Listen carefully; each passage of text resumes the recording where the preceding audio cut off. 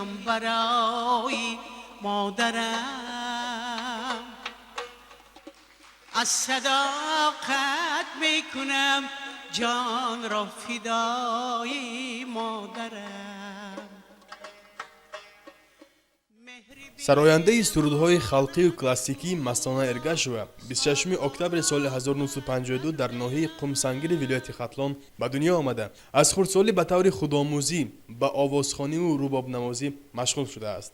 ملاقات با شاعره جوان صنوبر صاحب و سال 1967 در موسم پختچینی که دانشجوی تکنیکوم آموزگاری بوده است برای تشکل هنری خانم مستانه نقش مهم بازیده است. اولین آهنگ ایجاد کرده مستانه به شعر صنوبر صاحب و اگر یاری ستمکاری از جانب ادیبان دور بهای بلند گرفته است. با مساعدت بعدی گلنظر کلدی این آهنگ در برنامه‌های جوانی رادیوی دولتی تاجیکستان پخش شد و اسم آوازخوان 15 ساله مستانه ارگاشوا را شناخته کرد. سال بعد کارمندان رادیو به قمسنگیر رفته 10-15 ترانه را در اجرای مستانه ثبت و آنها را در رادیو پخش کردند. همین موفقیت‌های ایجادی به خانم مستانه بعداً برای داخل شدن به فاکولته صنعتی دانشگاه پداگوژی دوشنبه مساعدت کرده است. سال 1973 کورس مستانه ارگاشوا اولین ختم کننده های دانشگاه صنعتی تاجیکستان شده است. از استادان هنر شایسته مولاجانова، احمد باباقولov، حنیفه مولانova، بوی محمد نیازov، برنا اسحاقova، صوفیا بدلبویeva، علیجان صالحov، اسرار ششمخان و دیگر موسیقی سنتی را آموخته است. فعالیت اصلی هنری او در انسامبل ششمخان رادیوی دولتی تاجیکستان جریان گرفته است. او صاحب عنوان‌های هنرمند خدمت نشان‌داده و هنرمند مردمی تاجیکستان است. مؤلف چندین آهنگ‌های معروف از جمله بخت جاویدان، ترانه زنان، زنده باد و وفا است. از شاهاثرهای ششمخان سرخبار آرام جان، نوروز صبا، سرخبار نوا را با کسبت بلند اجرا کرده است. از اهل هنر سلام بادا به شما. عمری خوش و بردوام بادا به شما. داریم همه نیت در این لحظه خوش اقبال و شرف غلام بادا به شما. درود به شما بینندگان ارجمند. شما این لحظه صحبت ما را با یک نفر تماشا میکنید که واقعا از بین شما دوستان زیادی هستند که با هنر و استعداد، با سروده های دلانگیز بانوی هنر تاجیک، واقعا اون نفری که هنوز در دوران شوروی هنرمندی خدمت نشان داده، هنرمندی مردمی، یعنی همین گونه عنوان ها را صاحب شده است. معلمه ارجمند استاد عزیز مستانه بانو ارگاشوا این لحظه همصحبت ما هستند. اولا شما را به خوجند باسانی خوش آمدید میگیم که در همین روزهای نکوی بهاری شما با سیمای بهارانه، با سروده های بهارانه مهمان خوجند شهر شدید. خوش آمدید میگیم شما را از نام کلی بینندگان و از نام کلی مخلصان ارجمند شما. البته شما در دوران شوروی به قول مخلصای اساسی شما پدر و مادرای ما هستند و البته از نسل جوان هم هستند، لیکن محبوبیت و معرفت شما به زمان شوروی راست میاد، پیش از استقلالیت راست میاد و اما البته در 10 سالهای اول استقلالیت شما بسیار محبوبیت هم داشتید، اما زمان شما از صحنه به قول دورتر شده، یعنی که دورتر به اون معنا که شما را مخلصانتون کم کم میدیدگی شدن در صحنه های هنر. سبب چی بود؟ من باور کنید که من تا 2003 ما در ششمقام فعالیت داشتم، کار میکردم، برآمدهای میکردم. انا سال 2003 سابقه مهنتی من 25 سال به آخر رسید. به آخر رسید و بسیاری ها به نفقه، گویا که نفقه سن سال با سن سال نیو، نفقه کاری، سابقه کاری. بسیاری ها همین وقتی که سابقه کاریشون به آخر میرسد کار نمیکنن، فعالیت نمیکنن، در خانه میشینن. من حالی یگان روز در خانه نشیدم. از اون وقت ساعتی که مثلا سابقه کاری من پر شد و ما را به کنسرواتوری برای تشکیل دادن کنسرواتوری ملی تاجیکستان دعوت کردن، من به اونجا رفتم. من امروز 11 سال است که در جمهوری ما، از همون سالی که من به نفقه برآمدم، از همون سال در کنسرواتوری در تاجیکستان ما کنسرواتوری ملی تاجیکستان عمل میکند. من خوشبختانه حاضر به نام طلب خوجا ستار رو گذاشتن، چون که روانش شد بود طلب خوجا ستار رو برای تشکیل دادن کنسرواتوری ملی تاجیکستان جانبازی های بسیار کرد سهمشان هستن یعنی سهمشان خیلی زیاد بود، خیلی زیاد است و امروز باور کنید که من باز خودتون میدونید یک بار دیگه اگه تکرارم کنم کنسرواتوری ملی تاجیکستان به نام طلب خوجا ستار گذاشته شدگی است. اینم خوب است.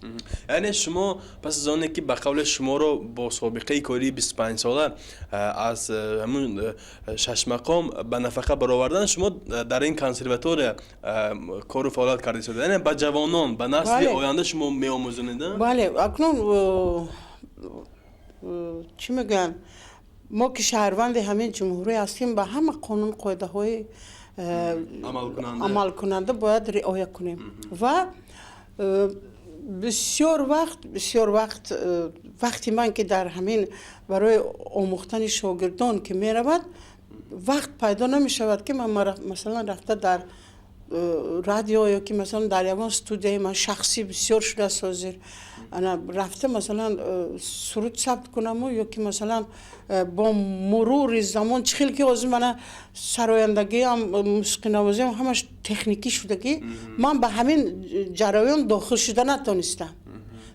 نتونستم برای همین مردم فکر میکند که من فعالیتم قطع شده است، قطع نشده است. من باز بردوش از ویم زیادتر و از ویم دشوارترین کار را بر عهده خود دارم چون که شاگرد تیار کنی درس دادن به حد دشوار است. من همین خیلی فکر میکنم. سلامت باشد که پیروان مکتب شما زیاده باشند و همین هنر و استعداد شما بازم در آینده برای ما پیشنهاد کرده باشند.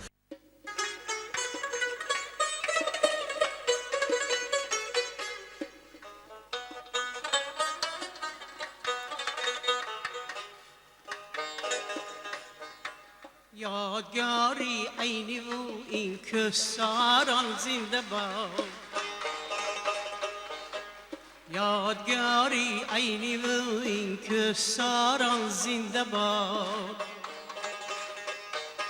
شعری ترسون زاده و این آبشاران زنده باد غنچه های پخته می خنده زی خندشان خنده های دختران در پخت زاران زنده باد خنده های دختران در پخت زاران زنده باد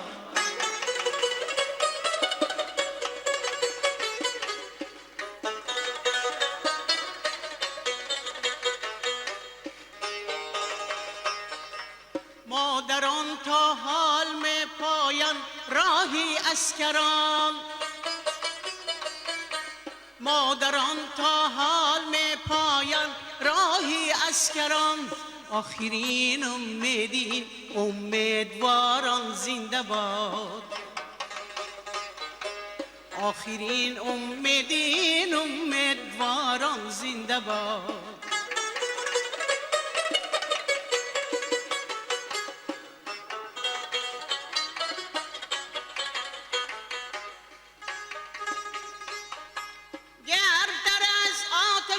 روشن‌تر از خورشید شرق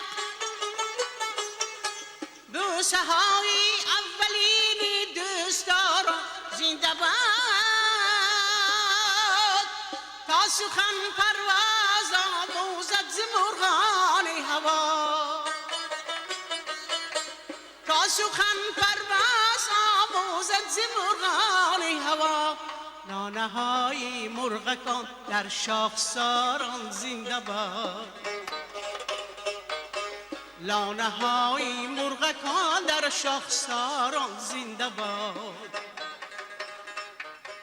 یادگاری عینی و این کهساران زنده باد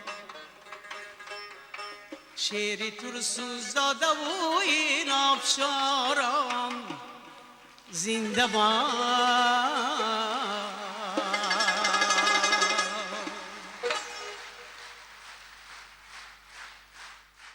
امروز به قول هنر و استعداد، هنر و هنرمندی تکنیکی شدن. بله.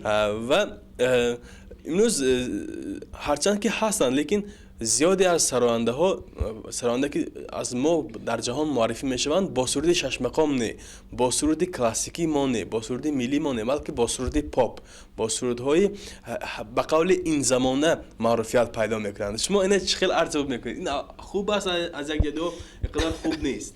من فکر میکنم که اکنون این با فکرم این فکر شخصی خودم با عزت نفسی یگان کس رسیدنی نیستم، لیکن مثلا سرودهای ملی تاجیکی رو هم شش مقام هم سرودهای فلکی رو استراد نکرده خونن بهتر. با قول مرادبک نصرالدینوف که با آهنگ های از ایران و از افغان و از عرب و از ترک و مثلا داخل شده رو مثلا گرفته شده رو شعر تاجیکی مونده مثلا خواندن، این خدمت کردن به وطن نیست. من همه فکری مرادبک نصرالدینوف رو من دستگیری میکنم. در جرده صنعت، در جرده هنر خدمت میکردگی باشد، هر یک شخص مهنت کند، جستجو کند، یابد چیزای اصیل تاجیکی ملی خودمون. انا همون پاپ کرده خوند، انا همون استراد نکرده خوند. انا طرفدار این هستم. نمیدونم شاید نادرست باشد فکری من، لیکن من در همه حالت گفتگیم که همه چیزای سرودهای ملی خودمون خوانن همه وقت. سلامت باشید. و شما در مطبوعات یکی از به عنوان انتقادگران هنر امروزی جوانان هستید و واقعا هم چون استاد شما همین گونه حق دارید که باید امروز اگر شما نگویید فردا آنها شاید پشیمان شدن که برای چه استادان با ما نگفتن که ما باید این گونه سرود خوانیم، این گونه سرود خوانیم. و البته این مسئولیت شماست که باید به جوانان امروزه همین گونه یک پیشنهاد، یک مسئله هم دید که باید آنها همین گونه سرود خوانند یا نه. اما همین گونه یک سرود شما رو به قول یک آهنگ شما رو هنرمندی شناخته صباحت نجیبیدین و خواندن به نام وفا.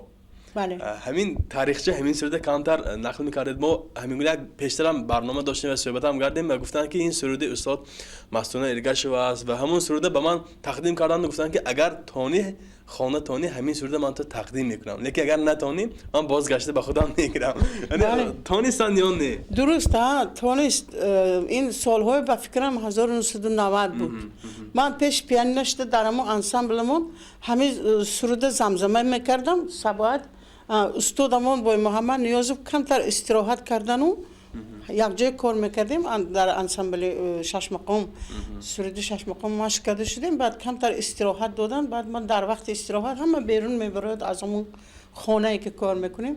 من پیش پیانیست همین سرود زمزمه کردم که صبح در برم شتگی بود. صباحت بعد گفت که اپا جا این سرود چه خوش ره بیت من خونم. گفتم خونده میتونی؟ میگویم من یک بار من ثبت کنم اگر معقول نشود خودتان خوانید. بعد برگشت خودتان گرید. برگشت خودتان خوانید گفتم. بعد در اونجا ما خوشبختانه رمان نارکلایف همونجا راهبر موسیقی انسامبل شش مقام بود. وای با فهماندم، وای با نوخته دادم بارباب. بعد ما وای با کمی اسبابی باید سینتیزاتور داخل کردیم کمتر زمانوی شود گفته. بعد یک موسیقی نوازی بسیار خوب داشتیم، نصرالدین و گیتار می نواخت شوهری شاهده هاشیمووا. همه باور کنید همون سه کسب من رباب نواخته یاد دادم. وقتی که آهنگش ثبت کرده آوردن همه خیلی من به معقول شد. قریب گرداندم میگرفتم و کل لفظ دادم و بعد خودش ثبت کرد که نه چیش من به معقول شد. همون درد همون سرود درک کرده توانست صباحت، درد همون سرود داده توانست با آوازش. انا برای همین وای خوند خرسند شدم. لیکن ما میدونیم که در بعضی از معرکه ها شما همین سرود بازم بازخوانی هم میکنید. ها البته اینا وای میکنن، التماس میکنن که همون سرود خوانید. بعضی ها نمیدونن که آهنگ من همون سرودی سباعت خوندگی رو سرودی سباعت رو خوانید میگم. بعد من وایو میفهمونم یا بعضی وقت میگم که خیلی مایلی بگذار شرط میفهموندشتن فهمد نفهمد میگفته خونده رفتم میگیرم. سلامت باشید. اگر ما هم از نام مخلصان همیگونه خواهش کنیم که همین سرودی سباعت رو کمی زمزمه کنید گین شما چی میگید من سرودی سباعت رو مایل در آهنگ من البته این رو سباعت اجرا کرد و سرودی و حساب میشد هرچند آهنگ رو من نوشته باشم من مایلی من باشد. اکو سباعت دیگر خیلی خونده است من دیگر خیلی میخونم اکو سبک دیگر خیلی کو فرق میکنه. با یاد تو چه شبهای سحر کردم چه غمهای که من به تو پشت سر کردم تو راه خاکی خاکی با تخت عشق ز خود بالا گذر بالا نظر کردم تو راه خاکی خاکی با تخت عشق ز خود بالا گذر بالا نظر کردم. احسن سلامت باشین.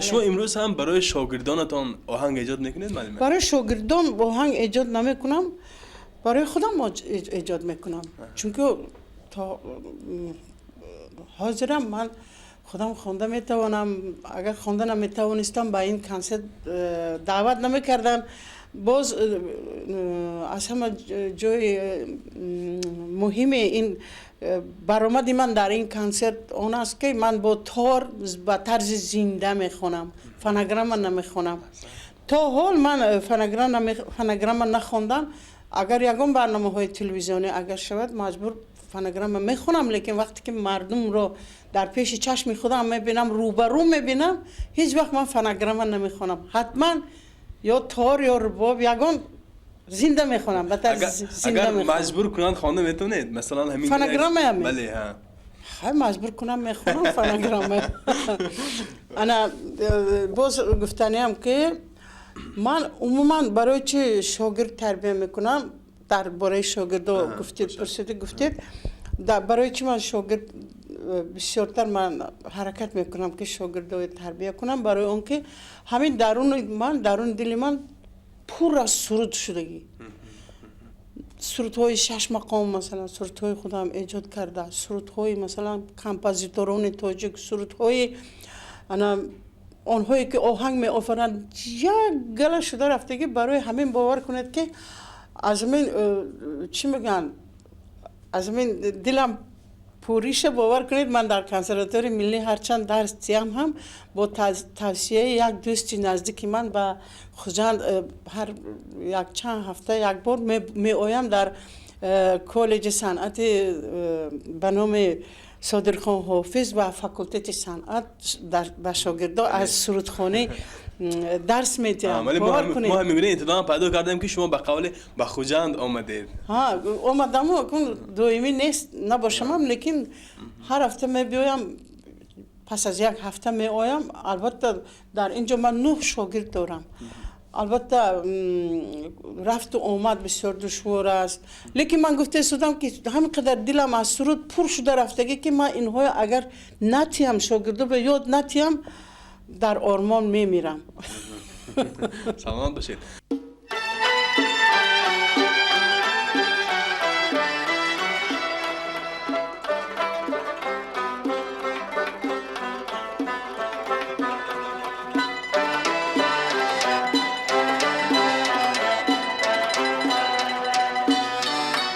شبی مهتاب و مهتابم نیامد بدیده تا سحر خوابم نیامد بدیده تا سحر خوابم نیامد مگر بستن جایی کندم را کی بودم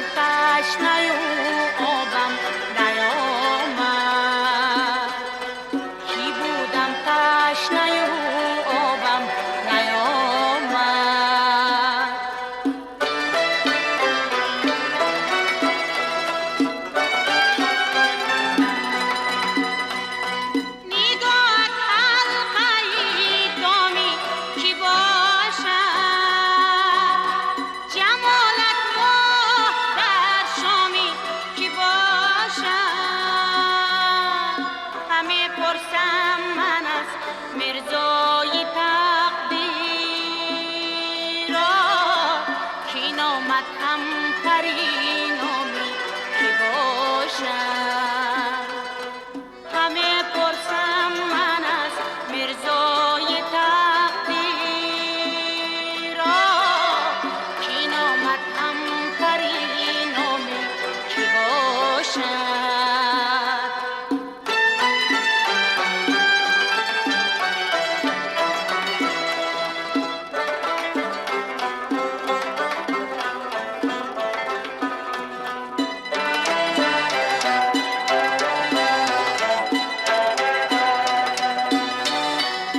بیا گل دستای ناچیده من، بیا ای عشقی ناورزیده من، بیا ای عشقی ناورزیده من. نیابد رنج باید زورقه گیر، کی دریا می رود از دیده من، کی دریا می رود از دیده من.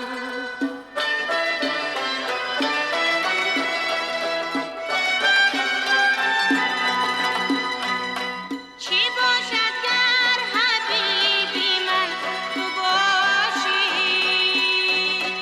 همیشه در قریبی من تو باشی. سراپا دردم و درمان نخواهم، اگر عمر طبیبی من تو باشی. سراپا دردم و درمان نخواهم، اگر عمر طبیبی من تو باشی، اگر عمر طبیبی من تو باشی.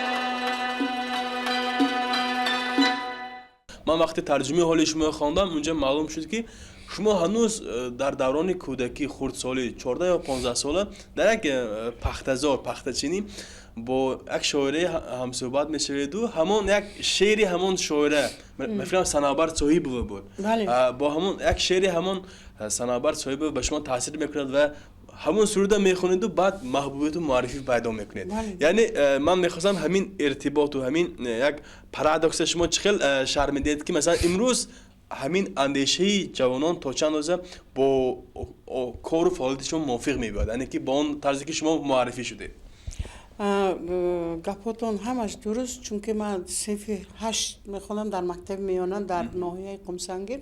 من در همونجا تولد شدم. چطوری که من شما آگاه هستید ترجمه حالم خونده اید و در همون پختچینی بودیم که یک گروه دخترها از شهر دوشنبه از دانشگاه پداگوگی می رفتن اونجا پختچینی. با کلخوز ما با ناحیه ما بسیار دانشجویان می آمدن در وقت پختچینی در دوره شوروی. بعد هم اونجا یک گروه دختران آمدن و بعد من گفتن که شما همونجا باید روید قطعی همراهی و با اونها شناس شده یک تا شاعره هم بوده از اونجا، شما کتی صحبت کردن میخواد. رفتم که در حقیقت در همون داخل دخترها یک شاعره شما نمبر کردید نامش رو، صنابر صاحب بود و ما همونجا با رباب سرود خونده دادم دخترها. شما اونجا سرود میخوندم. من مکتب میونه بلکه سرود میخوانم در کروژاک های هوسکاران برآمد میکردم و بعد سرود خوندم معقول شد. بعد صنابر صاحب یک شعرش را داد کنی به همه آهنگ بنده چیه کنی اگه درست کرده میتونید. من در شب رفتم یک آهنگ با یک آهنگ مانند باشدم، لیکن به هر حال اگه گویا شاگردانه یک چیز کردم و پگشت به آمده خوندم و به مقبول شد. بعد سونی گوید که صنابر صاحب و اینو همشون دخترها از پختچینی رفتن و بعد یک چند وقت من والیبال بازی رو بسیار دوست می‌دارم تا حاضر. در همونجا هم در مکتب درسمون درسی ورزش بود، تربیت جسمانی بود. ما در همون میدانچه والیبال بازی می‌کردیم. بعد یک کس آمده گفت که شما را در خانه پیانیران از شهر دوشنبه مهمانان انتظارن، شما رو دعوت کرده است. من رفته در آمدم که اونجا شاعر خلقی تاجیکستان گلنظر کلدی و در وقتی که در صنعت میخوندم معلمم حمزه ایلبویف دو کس مرا انتظارن در دست اون ثبت آواز میکرده مایکروفون و ایشون کتی. بعد سونی گلنظر استاد گفتن که شما رو بسیار صنوبر خون تعریف کردن و دوشنبه رفته کنی یک شما که صحبت کنیم چیه؟ شما سرود میخوندید، رباب مینواختید. گفتم ها کم. بعد گفتن کنی یک بار نواخته خوندید؟ همین عجبی های ستمکار شعری و صنوبر صاحبه خوندم درون ثبت کرده گرفته. با یک دیگه خوندم. همون وقت استاد جوربه مرادوف در بین تمام مردم تاجیکستان به حد معرفیت زیاد داشتن. حاضر کن تمام این کس جهانی شدگی بود. استاد جوربه مرادوف از سرودهای هم کسی کدام یک سرودشون خونده دادم. بسیار دوست می داشتم. جوربه مرادوف رو، جوربه نبیف رو، برنا اسحاق و اینها رو گوش میکردم من در جوانیم. سرود خونده دادم، ثبت کرده گرفتن. بعد صحبت کردیم، اونها هم صحبت هم ثبت کردن. بعد گفتن که شما بسیار نقص خوانید، خدا خواهد شما دوشنبه رفته در مکتب های عالی میخوانید، در آینده صنعتکار خوب میشوید. گفتن همه خیلی گپا گفتن رفتن.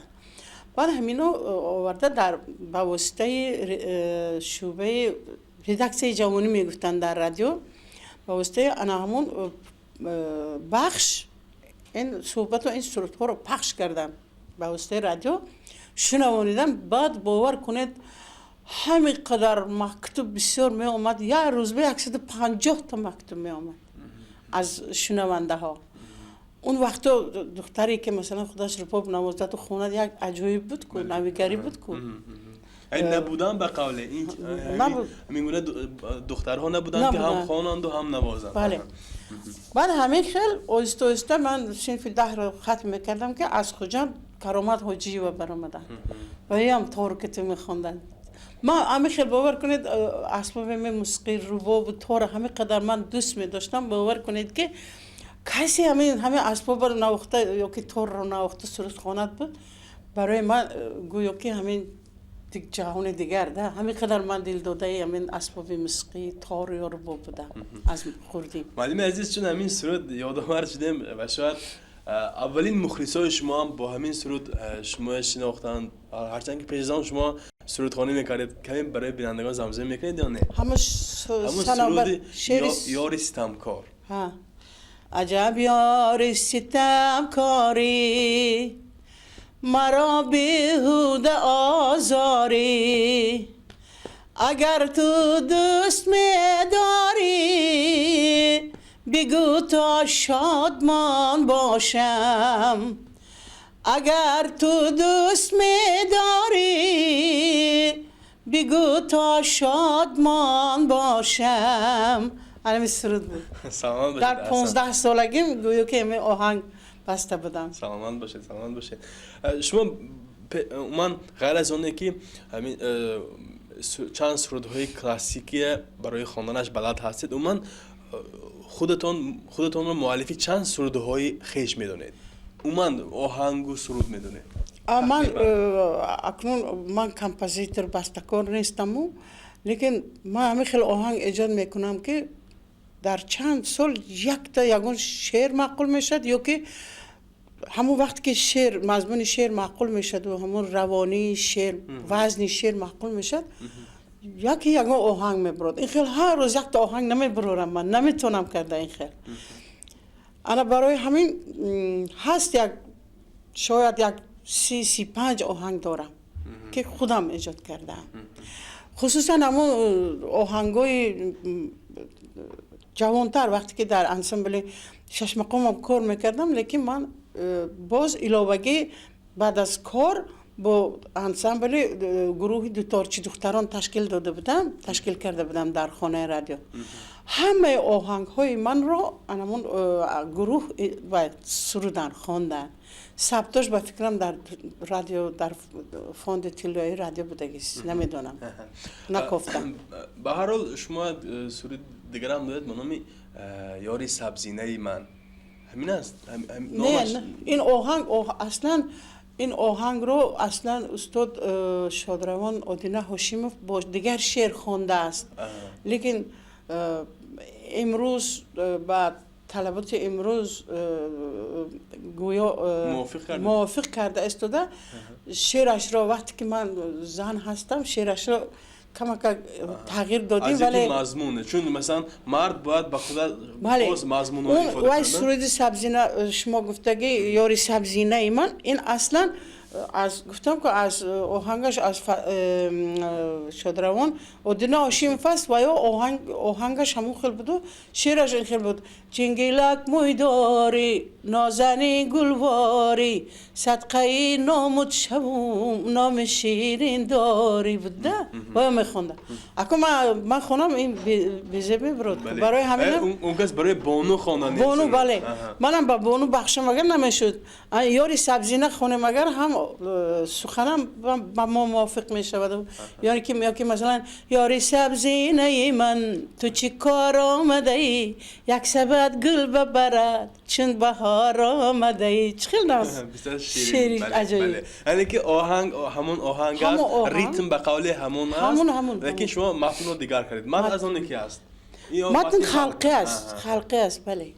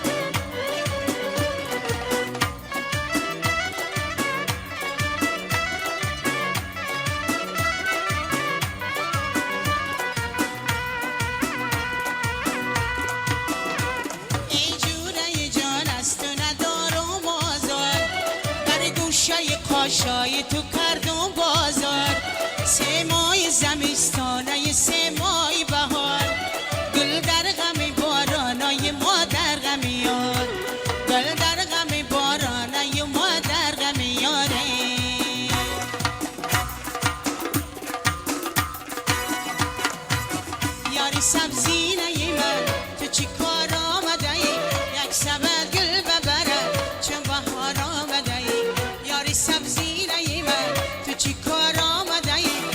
سبد گل ببرد چون بهار آمده یک سبد گل ببرد چون بهار آمده یک سبد گل ببرد چون بهار آمده یک سبد گل ببرد چون بهار آمده.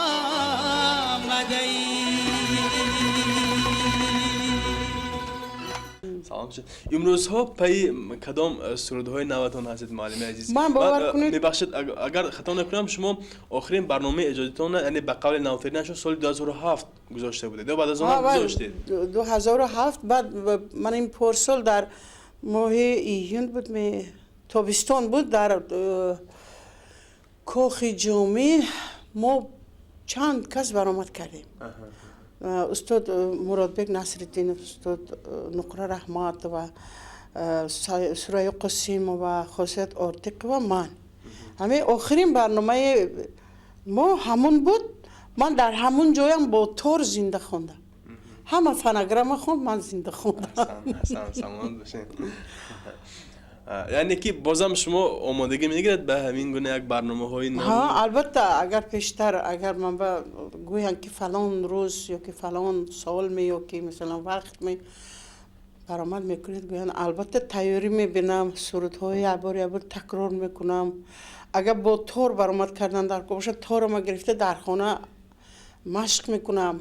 به هر حال باید مشق کرد استودن در کنم، مشق نکنید نواخته نمیتونید، خونده نمیتونید. مسئله خوندن با من دشوار نیست چون که من هر روز خدا به شاگردانم هم چیزای میخونم، تکرار میکنم. برای همین همین شعرهایی که مثلا پیش میخوندم و من در دوام من از 15 سالگیم تا حاضر اگه حساب کنم اگه 47 سال میشود که من در همین جاده فعالیت دارم. تا حاضر خدا بشکر یگان شعر از یادم نبرود. معلم عزیز من از استاد گلنظر کلی میگویم که ای همه محض جوانی تا تو هستی به جهان پیری نیست، مردنی حسرت و اندوهی هست، عشق میری و جوان میری نیست. باشد که چون این شما از هرچند که از سن 60 سالگی هم بالا شده باشد که همیشه همین گونه زیبا و جوان بمانید. زنده باشید، سلامت باشید. بینندگان عزیز تا برنامه دیگر تنصیت و پیروز باشید.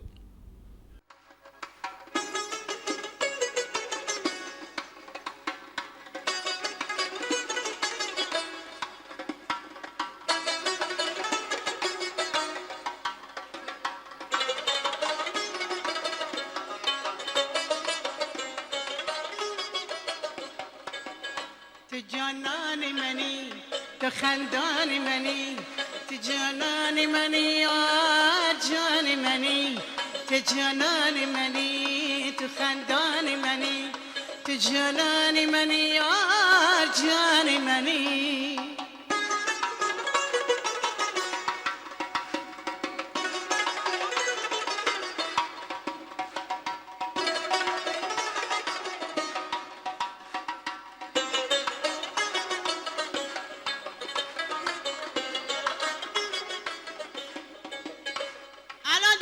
آشنای دلبری من، دو سه روز پرستار سری من، چنان در عشق تو سوزم که باشد از آتش در خاکستری من. تو جانان منی، تو خندان منی، تو جانان منی، یار جان منی، تو جانان منی، تو خندان منی، تو جانان منی، یار جان منی.